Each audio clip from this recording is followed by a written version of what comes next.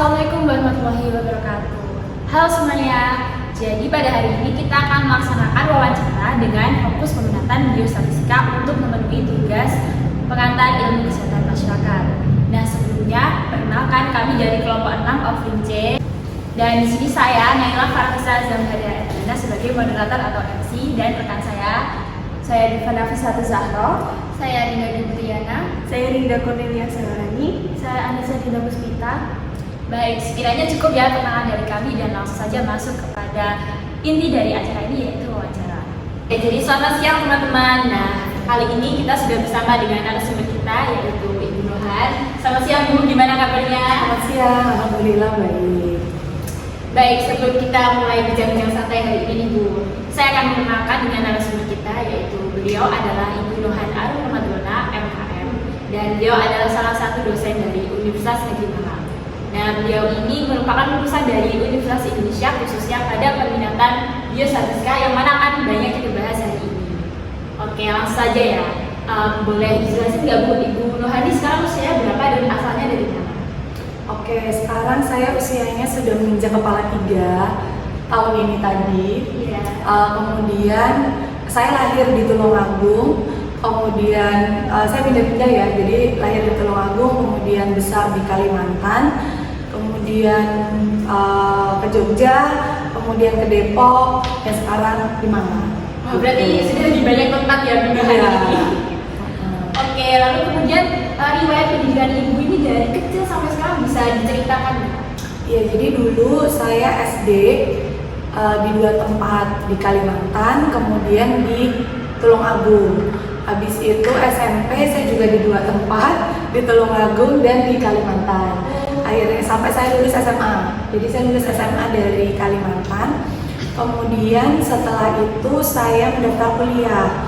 Nah, karena waktu itu kuliah ini ya susah, karena saya itu SMA-nya bisa dibilang SMA di kecamatan, kemudian kalau dulu tuh ada SMA yang ada grade-grade-nya gitu ya.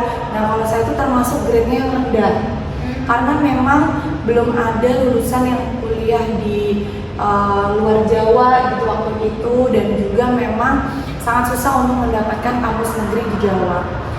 Saya berkali-kali daftar PMDK, dulu jalur rapot itu namanya PMDK, tetapi selalu gagal karena memang nggak ada suksesornya sebelumnya gitu ya, jadi memang susah sekali. Nah, akhirnya dari sekian banyak universitas, kalau di swasta ya kita daftar otomatis keterima ya, tinggal kita mampu membayar atau tidak gitu. Tetapi memang akhirnya saya mencari backupan untuk gimana caranya saya bisa tetap kuliah di kampus negeri, karena ya dari sisi biaya yang pertama sih itu menjadikan motivasi, karena orang tua saya ya hanya guru biasa dua-duanya. Akhirnya saya daftar di UGM. Nah, dulu waktu itu sebenarnya nggak niat. Waktu itu saya daftar karena saya merasa itu terlalu tinggi bagi saya. Oh iya. Saya daftar dulu tuh levelnya level 2. Kalau kayak UI, ITB, UGM gitu kan grade 1 ya. Nah, saya tuh grade 2-nya. Yang saya daftar tuh Undip, UNY, UPI, termasuk UM juga saya daftar. Nah, pokoknya grade 2 UNS. Dulu saya pengen banget di UNS karena saya kan lahirnya 11 Maret ya. Oh, nah, iya. sama tuh dengan UNS. Dengan kita aja 11 Maret ya. Jadi kayak pengen euforianya dapet gitu kan. Kalau di Natalis kampus saya juga ikut gitu. Dulu motivasinya itu. Saya tidak punya kepikiran bisa kuliah di UGM, UI dan level 1 top kampus, karena tahu sendiri saya belajar dari kecamatan kecil yang ada di Kalimantan Tengah. Akhirnya saya keterima di UGM, tapi waktu itu program diploma 3, dan itu jalur bisa dibilang berbeda jurusannya sama apa yang saya inginkan dulu gitu. Kemudian saya menjalani perkuliahan, tahun kedepannya saya mencoba daftar lagi ya SNMPTN gitu, tetapi gagal lagi. Akhirnya karena kebetulan saya mendapatkan teman-teman yang suportif, lingkungan yang sangat enak, dunia pendidikannya enak sekali di Jogja. Kemudian saya ikut banyak berbagai kegiatan sosial, kegiatan ekstrakurikuler. Akhirnya saya meluluskan diri dari UGM. Wah, berarti lulus dari UGM lalu lanjut ke UI. Nah itu pun juga eksidensial. Baik, jadi berarti Bu Nuhan ini masuk ke UI dan lulusnya ini pada tahun berapa sampai berapa Bu? Saya lulus S1 itu 2016. 2016, baik. Terus kemudian apakah emang dari awal Bu Nuhan ini ingin memilih masuk ke kesehatan masyarakat atau sebenarnya itu bukan jurusan yang Bu Nuhan pengen kali ini? Iya menarik, memang bukan. Saya tidak pernah bercita-cita ingin menjadi kesehatan masyarakat, biostatistika dan segala macamnya itu. Bahkan jurusan saya di UGM pun itu berbeda dari cita-cita awal saya. Dulu saya itu bercita-cita ingin kuliah di teknik informatika, ilmu komputer, sistem informasi, pokoknya berkaitan sama IT. Oh, berkaitan dengan teknologi. Teknologi, karena saya mikirnya itu 2010 ya. Kalian umur berapa 2010? Masih kecil ya, kayaknya masih sekitar SD gitu. Di 2010 tuh ketika sebelum saya lulus SMA saya sudah membayangkan bahwa internet teknologi itu akan berkembang masif. Ya, makanya betul. saya ingin belajar dan bekerja di area situ gitu. Dari puluhan aplikasi yang saya lamar di semua kampus ketika SNMPTN, jalur rapot, jalur macam-macam mandiri dan segala macam, tidak ada satupun yang keterima. Tidak ada satupun yang keterima. Ada sih di swasta, tapi kan kalau swasta kan ya kita tahu ya, maksudnya ya kita daftar, probabilitas untuk keterimanya jauh lebih tinggi dibandingkan yang negeri gitu ya. Kemudian akhirnya pas daftar di UGM itu saya berubah pikiran, saya coba deh jurusan yang lain. Ya saya ngambil jurusan rekam medis. Kalau teman-teman nggak dengar rekam medis atau medical record, nah itu kan berbau kesehatan dan berbau sama data. Dan pas kuliah itu saya juga masih belajar komputer, basic pemrograman dan segala macam gitu. Jadi saya masih suka di area itu. Akhirnya pilihan lanjut nggak ada lagi yang linear kecuali memang kesehatan masyarakat. Dulu waktu di UI pun saya juga bukan mau ngambil biostatistik, tapi mau ngambilnya ilmu komputer. Informatika kesehatan, sorry. Jadi jadi di UI itu kan fakultasnya Fakultas Kesehatan Masyarakat. Departemennya banyak, termasuk Departemen Biostatistika dan Kependudukan. Di Departemen Biostatistika itu ada 3 jurusan. Biostatistik, informatika kesehatan dan manajemen informasi kesehatan. MIK, Infokes dan Biostat. Nah, saya daftarlah si Infokes, informatika kesehatan, karena saya masih mikir saya masih pengen yang berbau komputer gitu, sesuai dengan cita-cita awal saya gitu. Kok susah banget sih kayak menggapai cita-cita gitu kan. Saya itu masih gregetan gitu. Masih kepo gitu ya. Bilangnya ya saya keterimanya sebagai mahasiswa Infokes, tapi ternyata nggak dibuka pas angkatan saya karena peminatnya sedikit. Oh gitu. Jadi kurang dari 10 akhirnya digabung sama ke biostatistika. Gitu. Tadi kan udah Bu Nuhan cerita gimana kok bisa masuk ke biostatistika gitu ya. Mungkin bisa secara gambaran umum dijelasin tentang kesehatan masyarakat. Di kesehatan masyarakat tuh apa sih, terus apa aja yang dipelajari di kesehatan masyarakat secara umum ini? Ya, jadi kesehatan masyarakat itu jelas kita mempelajari bagaimana perilaku kesehatan yang ada di masyarakat. Bedanya kalau dengan ilmu kedokteran fokusnya memang di upaya kuratif dan rehabilitatif atau penyembuhan penyakit orang yang sakit disembuhkan gitu ya. Tapi kalau Kesmas itu memang di pencegahan. Bagaimana kita mempelajari perilaku behavior masyarakat, gimana kita memberikan promosi edukasi biar masyarakat yang sehat ini tidak sakit, biar yang sehat tetap sehat, atau yang sakit bisa pulih kembali dengan perilaku yang lebih baik, perilaku kesehatannya yang lebih baik. Nah, untuk pilar Kesmas sendiri tentunya ada banyak ya, teman-teman juga sudah belajar. Nah, ada epidemiologi, ada biostatistik, ada kesehatan keselamatan kerja, kesehatan lingkungan, gizi, kesehatan reproduksi, dan macam-macam gitu ya. Dan administrasi kebijakan kesehatan juga. Jadi memang promosi kesehatan juga. Jadi ilmu kesehatan masyarakat ini sangat luas, mempelajari segala aspek. Baik, dengan luasnya prospek dari kesehatan masyarakat itu bisa diberikan contoh nggak, kayak kerjaannya kira-kira lulusan kesehatan masyarakat itu jadi kira-kira di bidang bagaimana Bu? Sangat banyak. Jangan pernah khawatir lulusan Kesmas ini bakal nganggur atau nggak punya pekerjaan. Kalau saya kuncinya, as long as you have skill, apapun itu skillnya, kalian maksimalkan. Misal kalian suka ngomong, belajar public speaking. Kalian suka komputer, pelajari aplikasi-aplikasi yang berkaitan dengan kependudukan. Misal kalian masih merasa, kok saya nyasar ya di Kesmas gitu ya, masih tidak menjiwai. Saya punya banyak teman-teman yang akhirnya bekerja di bidang digital marketing. Mereka belajar bagaimana digital marketing itu dengan modal mandiri. Maksudnya itu sebagai modal sampingan, walaupun tetap lulus sebagai sarjana Kesmas, tapi dia punya modal sebagai skill itu. Jadi ketika di lapangan dia udah punya portofolio. Dia bisa mengelola Instagram misalnya, mengelola website apapun itu. Kemudian ada juga di bidang keuangan, menjadi banker misalnya, menjadi tenaga kependidikan seperti saya dan teman-teman dosen yang lainnya di NGO atau LSM itu sangat banyak dan tidak akan pernah habis gitu ya. Di pemerintahan udah pasti banyak lowongan sarjana kesehatan masyarakat gitu. Baik, berarti Kesmas ini sangat-sangat luas sekali ya. Bagi teman-teman yang ada di peminatan wisata masyarakat, jangan khawatir ya, seperti kata Bu Nihan ini. Oke, jadi Bu Nihan tadi kan sempat menyinggung bahwa Bu Nihan ini fokus di peminatan biostatistika kan. Nah, kita ini mungkin bagi teman-teman ada nih yang belum tahu sebenarnya biostatistika itu apa gitu, kayak apa aja yang dipelajari, kemudian mata kuliahnya itu gimana, kemudian berkuliahnya gimana gitu, bisa diceritakan pengalaman Bu Nihan? Iya, untuk biostatistika sendiri sebenarnya kan ini cabang, bisa dibilang peminatan di bawah statistika gitu ya. Kalau kita bicara statistika in general, statistika tuh luas. Ada kita bicara statistika keuangan, statistika kesehatan, statistika macam-macam bisnis dan segala macam.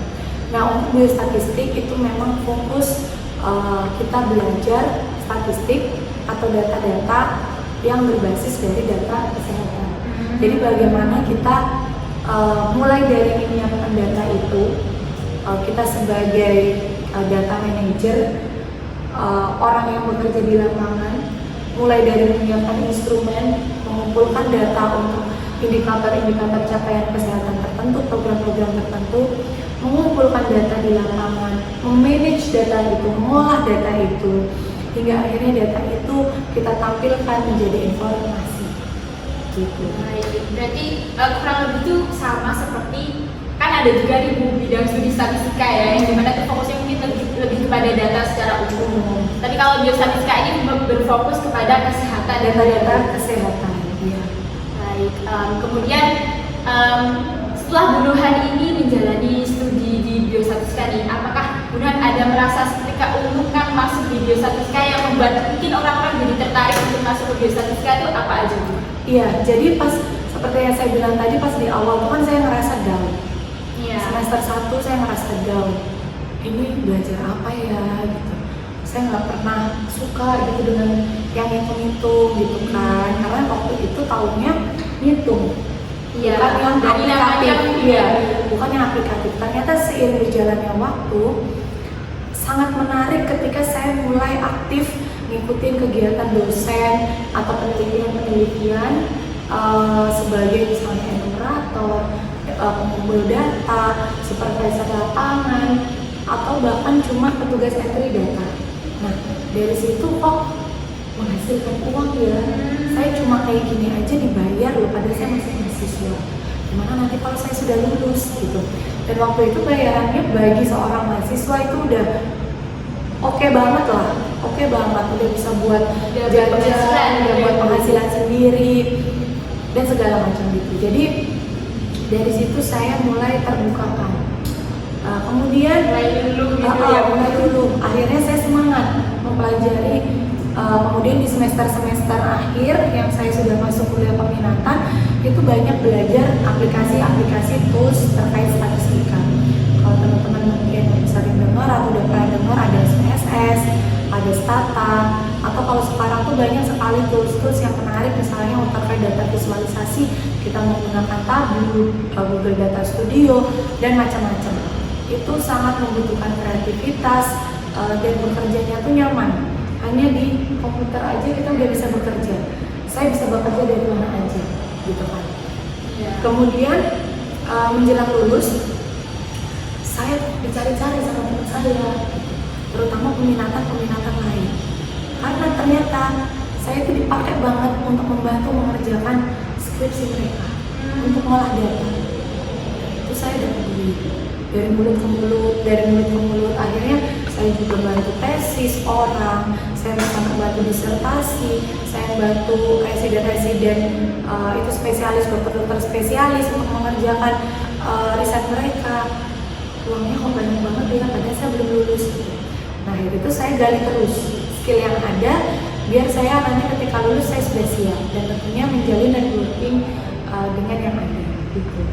Baik, berarti untuk prospek kerjanya sebagaimana yang dijelaskan Burhan ya, berhubungan dengan teknologi kemudian pengaplikasian data gitu ya. Iya benar. Oke, kemudian tadi kan Burhan sempat menyinggung nih bahwa ketika Burhan habis lulus S1 atau mungkin sempat bekerja gitu ya Bu.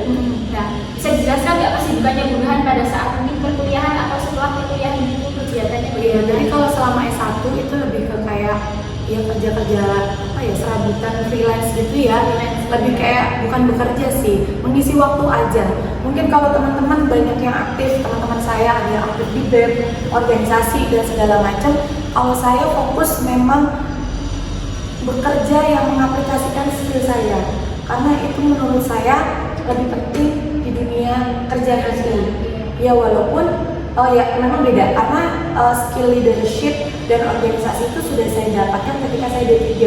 Saya di UGM, saya menjadi ketua kelompok studi, kemudian saya juga ikut di unit fotografinya UGM.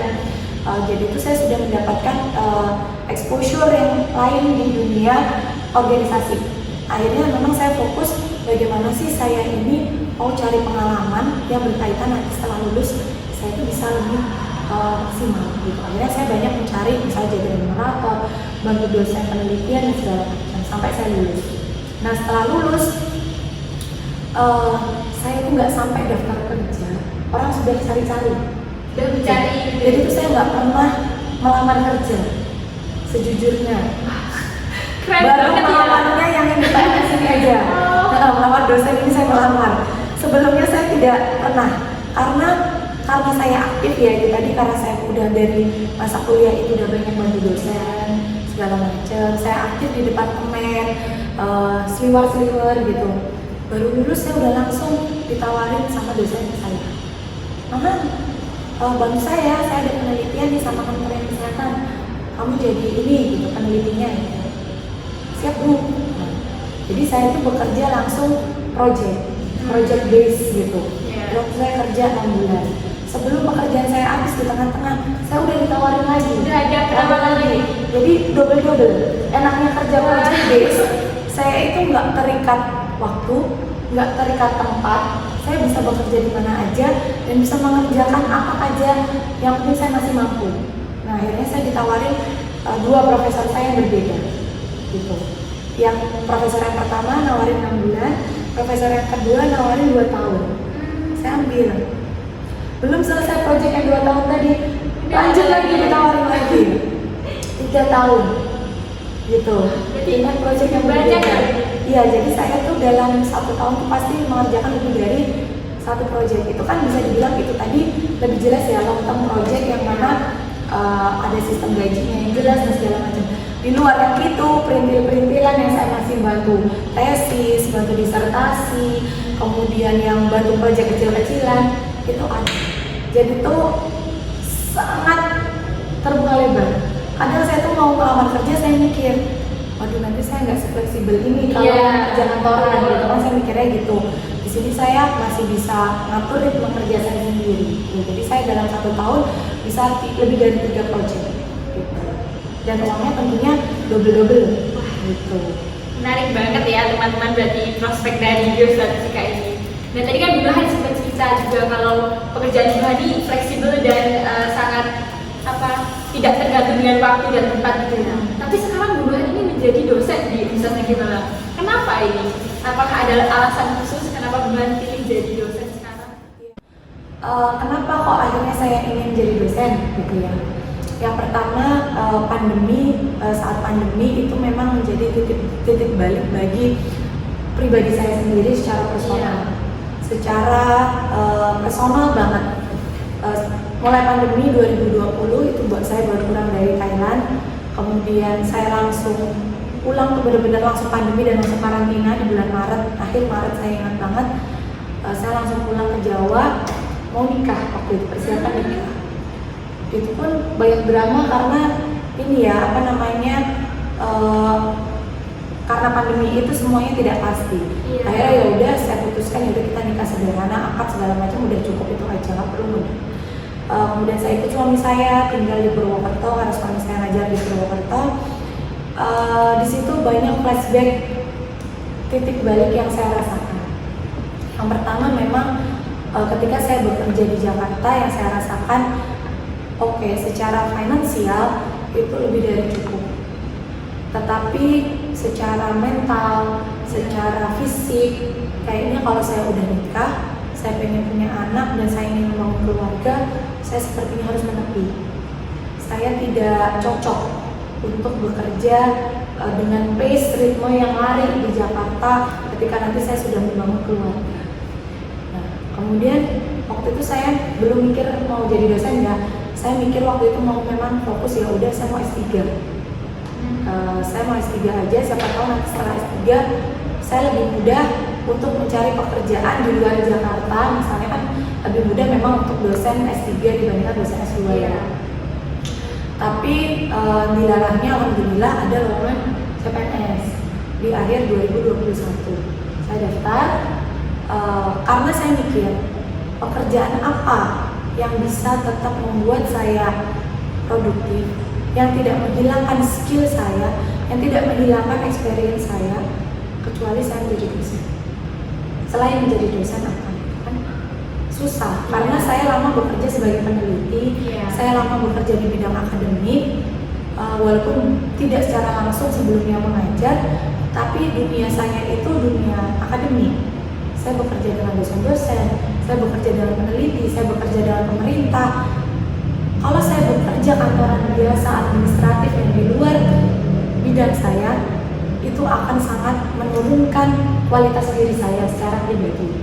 Saya bisa aja kerja menjadi admin apa, pegawai apa, misalnya menjadi banker dan segala macam.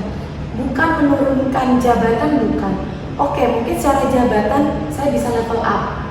Tapi secara karir, kependidikan, dan apa yang sudah saya bangun dengan experience, knowledge, skills saya nanti nggak akan dipakai gitu. Makanya saya tetap ingin bertahan di dunia ini. Akhirnya saya memutuskan untuk menjadi dosen. Berarti juga karena faktor personal itu dan keinginan Bunuhan untuk tetap berada di bidang akademik itu mungkin ya. Benar.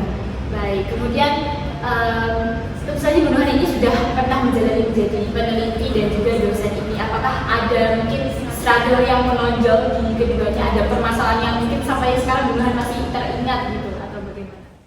Dosen itu kan tridharma, perannya kan tridharma, melalui tridharma perguruan tinggi, penelitian, pengajaran, dan pengabdian. Yang mana penelitian ini sudah sebelumnya saya alami sebelumnya.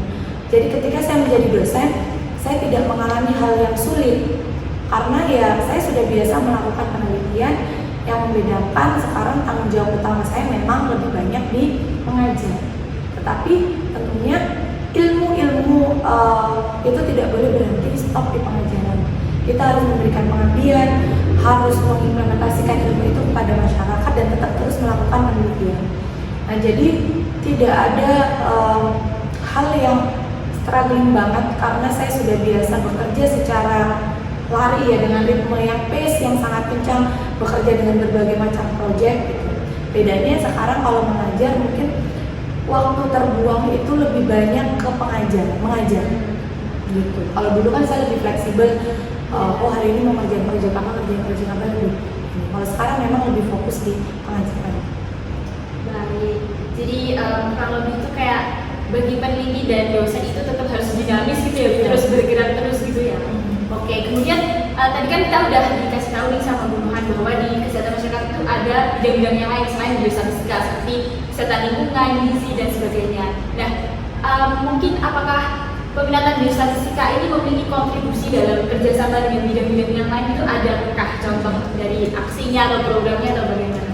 Pasti, biostatistika itu ilmu yang nggak bisa berdiri sendiri.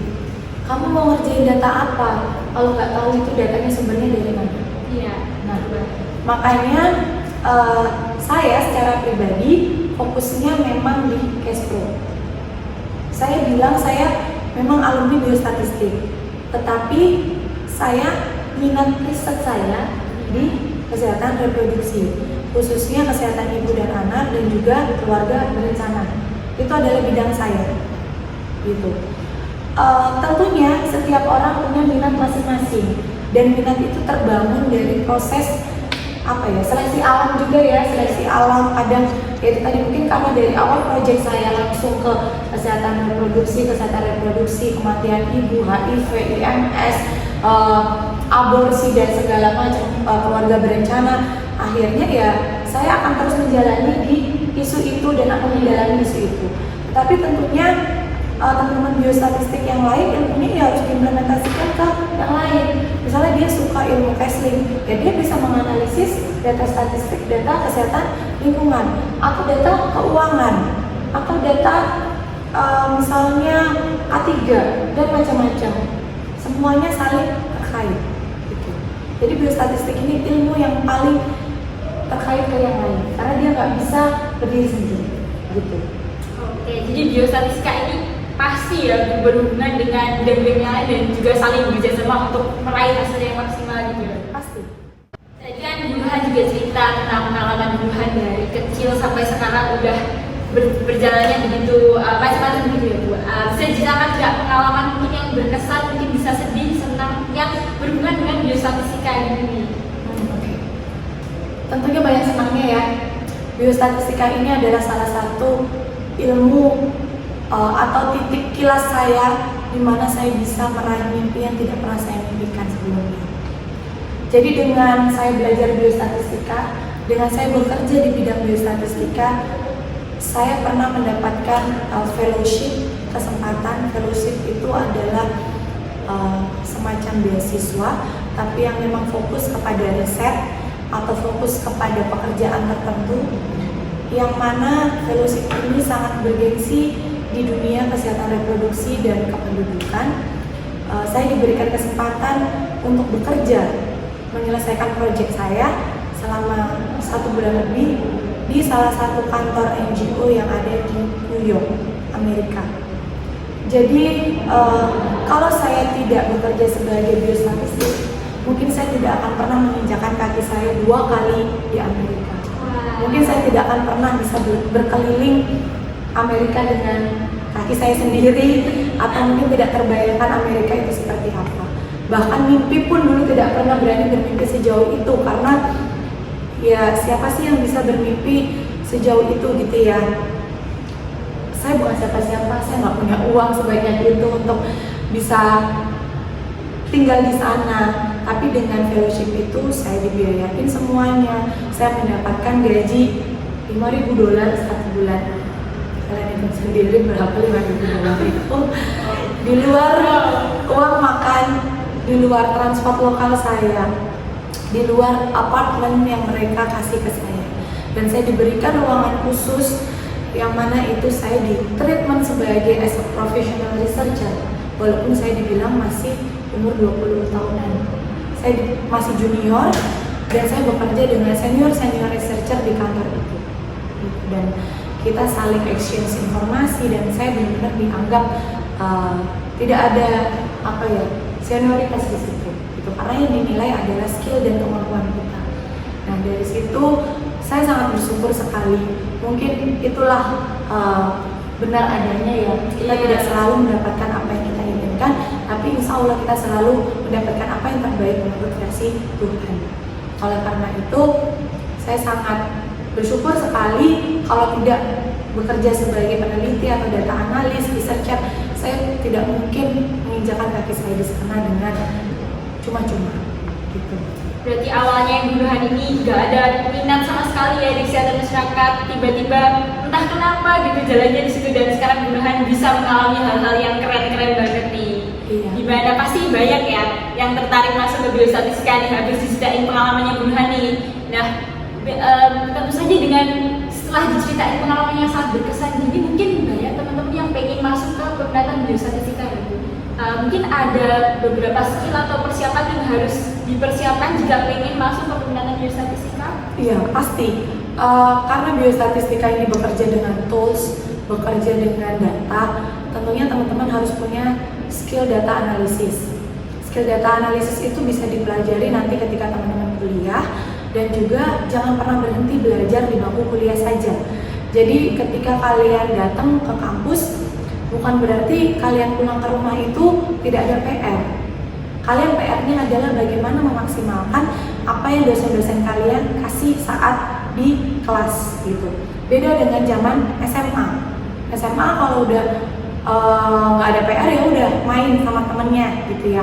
Tapi kalau kuliah beda, kalian harus mengasah skill itu. Skill apa sih yang perlu diasah untuk menjadi seorang skill data analysis gitu ya? Yang pertama, teman-teman harus bisa menguasai nanti tools-tools statistik. Ada SPSS, ada Stata, R, SAS, macam-macam. Tinggal pilih kalian mau yang mana. Kemudian kalian itu nanti akan banyak bekerja dengan dunia internasional, exposure internasional, secara langsung maupun tidak langsung. Siapkan bahasa Inggris, itu penting banget. Saya sering bilang bahasa Inggris itu bukan lagi suatu momok, bukan lagi sesuatu yang hebat orang bisa bahasa Inggris, tapi itu keharusan. Siapapun harus bisa bahasa Inggris.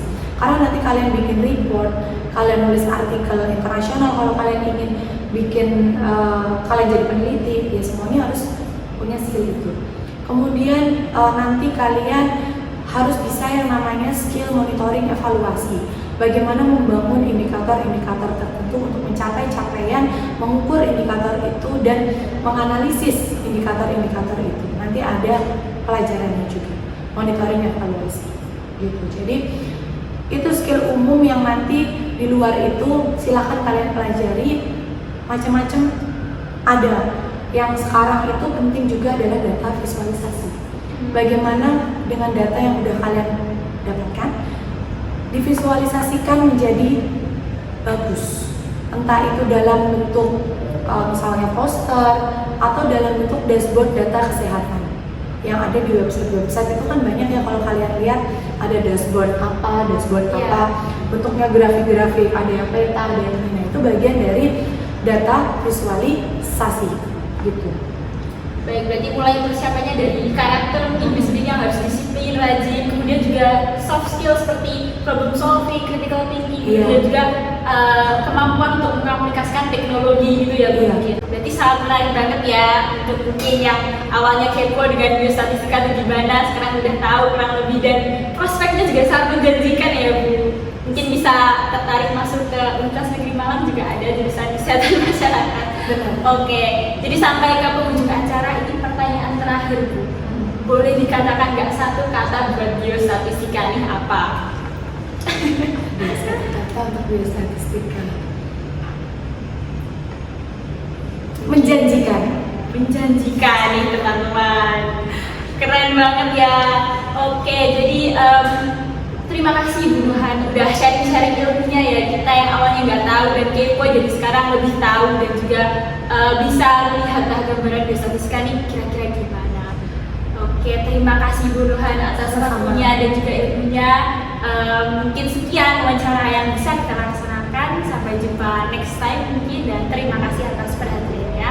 Wassalamualaikum warahmatullahi wabarakatuh. Waalaikumsalam warahmatullahi wabarakatuh.